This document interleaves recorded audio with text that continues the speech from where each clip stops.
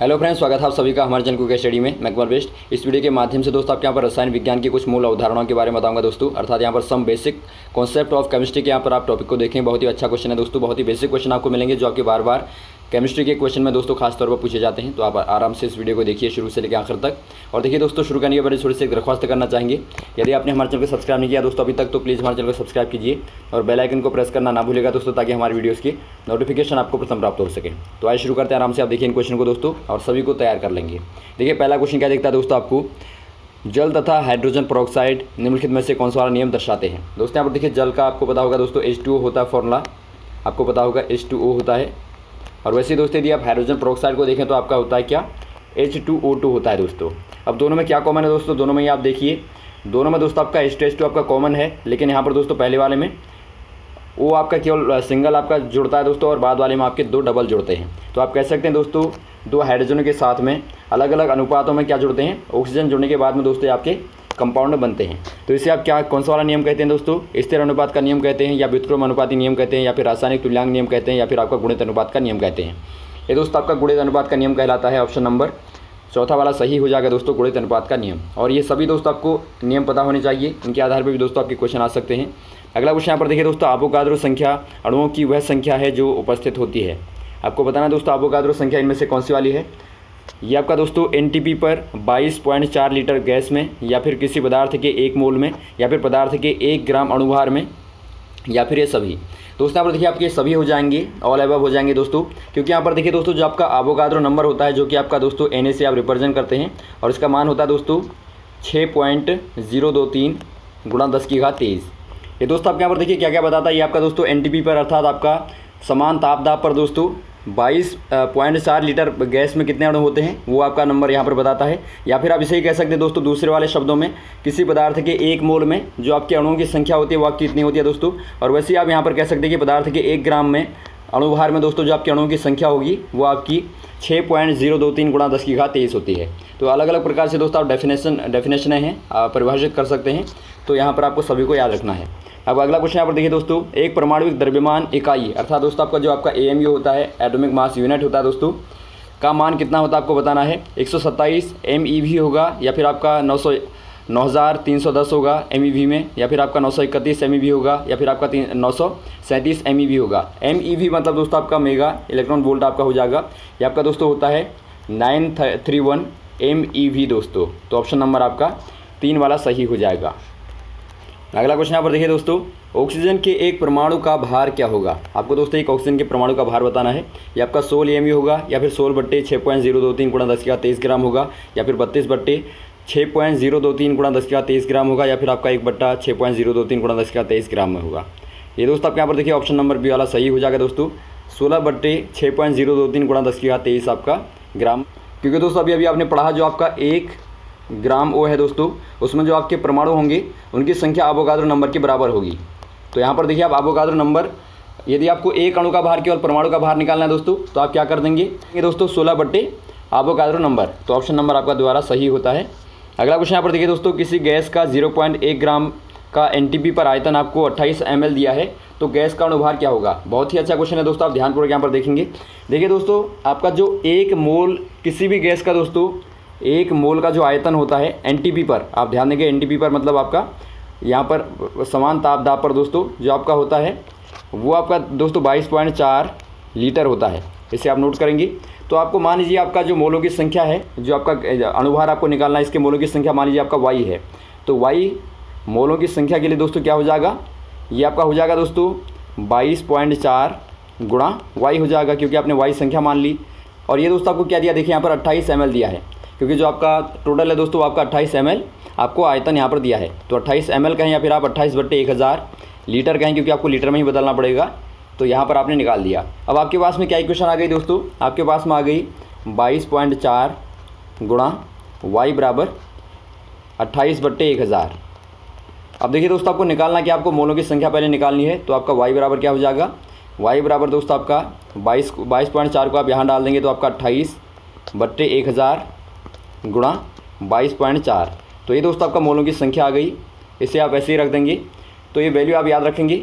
अब आपको दोस्तों देखिए आपको पता होगा जो आपका मोलों की संख्या बराबर होता है दोस्तों, मोल नंबर बराबर होता है दोस्तों आपका मास बट्टे मोलर मास, आप नोट करेंगे मास बट्टे मोलर मास आपका होता है। तो यहाँ पर देखिए आपको मोलर मास पूछा गया, क्योंकि मोलर मास मतलब आपका अणुभार होता है। तो मोलर मास आपको निकालना है, तो आप क्या कर देंगे, मोलर मास बराबर आपका दोस्तों मास बट्टे मोल नंबर आपका हो जाएगा।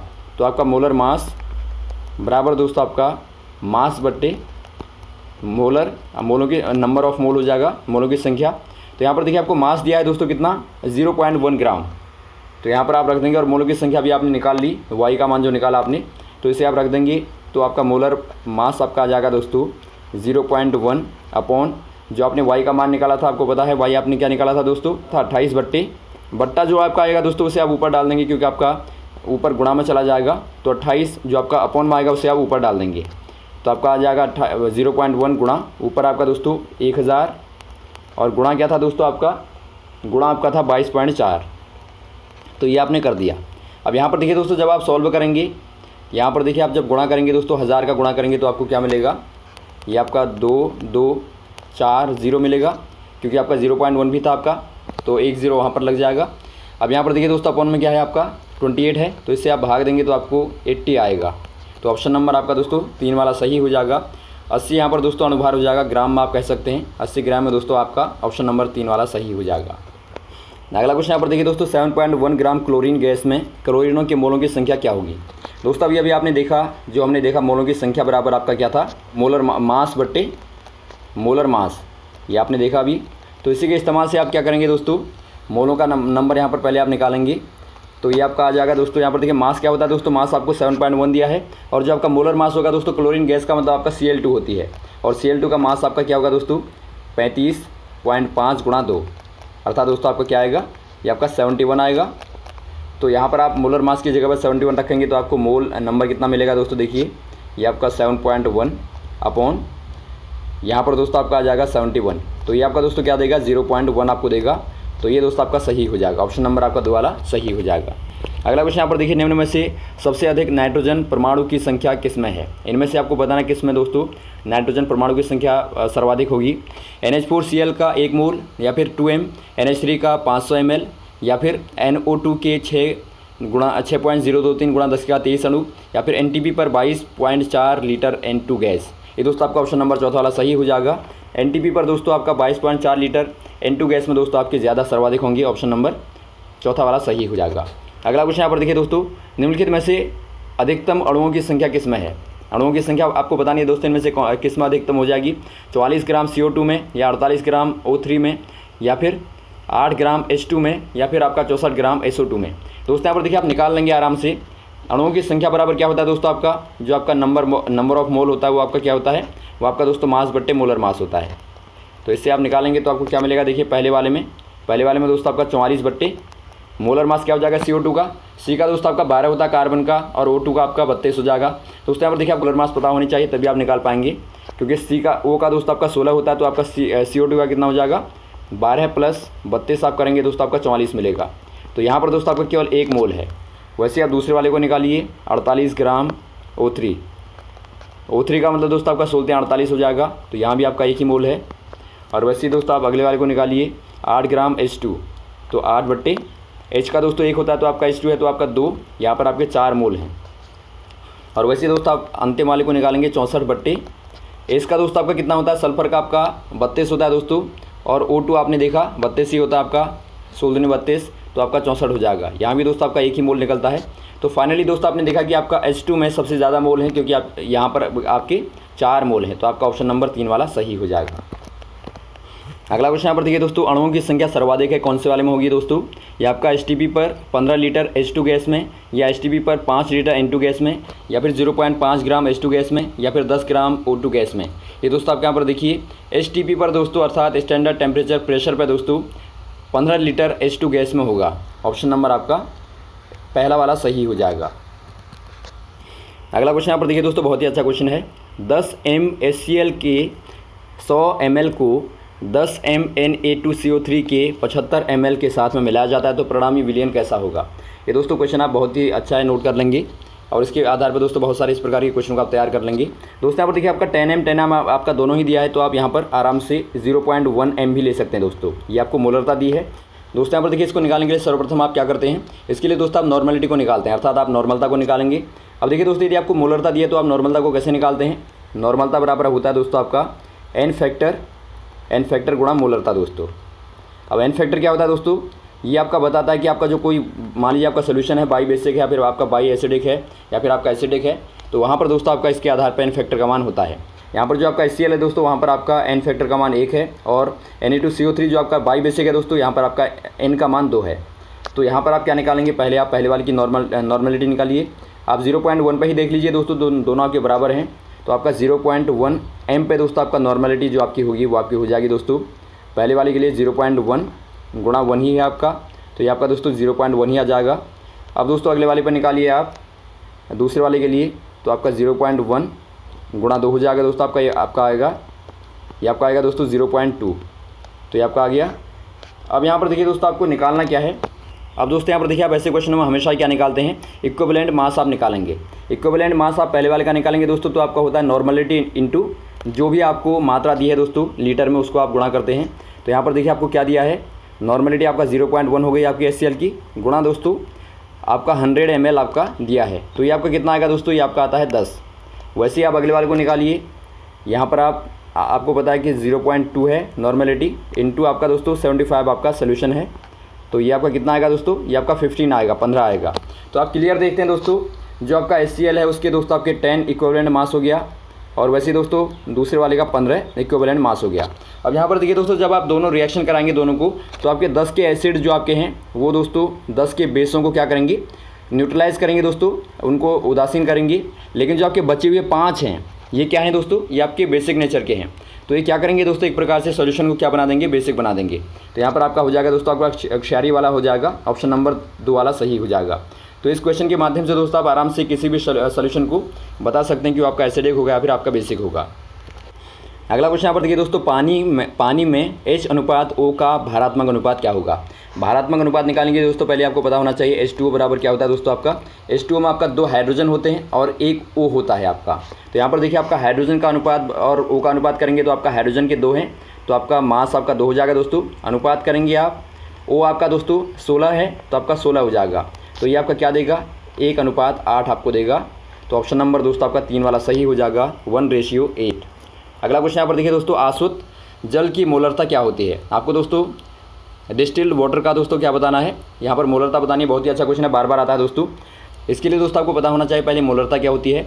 मोलरता आपकी होती है दोस्तों 1 लीटर में उपस्थित जो आपके मोलों की संख्या होती है उससे आप बोलते हैं। तो यहाँ पर देखिए दोस्तों आप 1 लीटर अर्थात क्या ले लेंगे दोस्तों, आपका 1000 ग्राम का सोल्यूशन लेंगे। उसमें दोस्तों आपका देखिए यदि आप 1 मोल को लेते हैं दोस्तों जल के, तो आपको पता है कितना होता है, 18 ग्राम पर आपका दोस्तों क्या होता है, इसका अणु का भार होता है। तो अब आप क्या करेंगे दोस्तों, 1000/18 कर देंगे, 18 कर देंगे, तो आपको मिलेगा 55.5 है। तो इतना दोस्तों आपकी क्या हो जाएगी, मोलरता हो जाएगी, मोलरिटी हो जाएगी। ऑप्शन नंबर पहला वाला आपका सही हो जाएगा।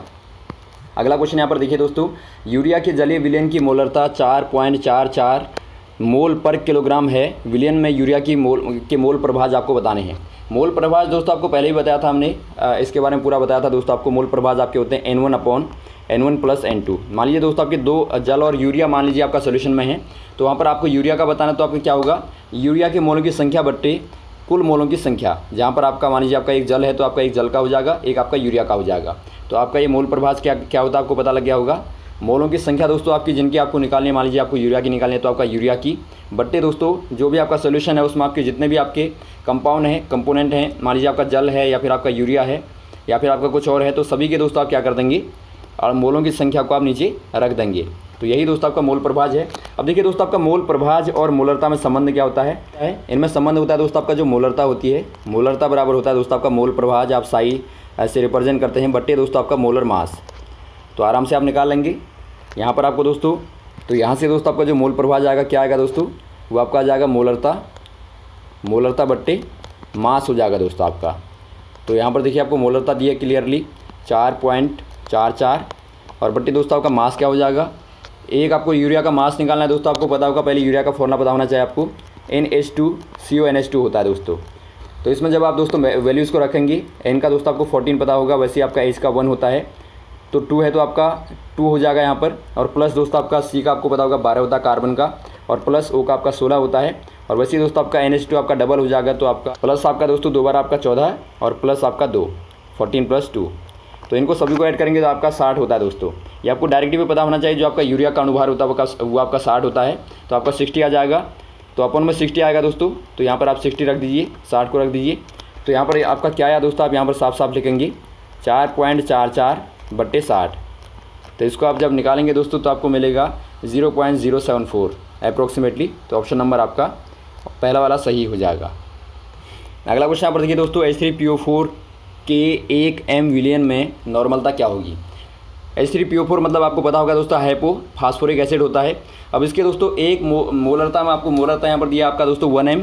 तो इसमें दोस्तों आपको नॉर्मलता को बताना है। अभी दोस्तों आपको हमने संबंध बताया था, नॉर्मलता बराबर होता है दोस्तों आपका n फैक्टर गुणा दोस्तों मोलरता। अब यहाँ पर देखिए दोस्तों आपका जो n फैक्टर होता है H3PO4 के लिए दोस्तों वो आपका 3 होता है, ये आप याद रखेंगे। और यहाँ पर देखिए दोस्तों जो आपका यदि H3PO3 आएगा, जो कि आपका फास्फोरस एसिड होता है दोस्तों, उसके लिए जो आपका n फैक्टर होता है वो आपका 2 होता है। तो आप ध्यान देंगे तभी आपको दोस्तों इनको आप जब तैयार करेंगे तभी आप इनको कर पाएंगे, आपको n फैक्टर पता होनी चाहिए। तो यहाँ पर देखिए दोस्तों क्या आ जाएगा, आपका जो आपकी नॉर्मलता आएगी दोस्तों वो आपकी क्या आ जाएगी, 3 गुणा m, यहाँ पर आपको 1 दिया है तो 3 गुणा 1 बराबर 3 आ जाएगा आपका। तो ऑप्शन नंबर आपका चौथा वाला दोस्तों सही हो जाएगा, 3 नॉर्मलता। तो ये रही दोस्तों आपके महत्वपूर्ण क्वेश्चन जो आपने यहाँ पर देखी। उम्मीद आपको अच्छे लगे होंगे, और भी इस प्रकार के क्वेश्चन को आपको लगातार बताते रहेंगे दोस्तों, हमारे साथ भी बने रहेगा। और यदि आपको वीडियो अच्छा लगा तो आप जरूर लाइक करें, शेयर करें दोस्तों, सब्सक्राइब करना ना भूलें ताकि हमारी वीडियोस आपको लगातार मिलते रहें। Okay, thanks. जय हिंद, जय भारत।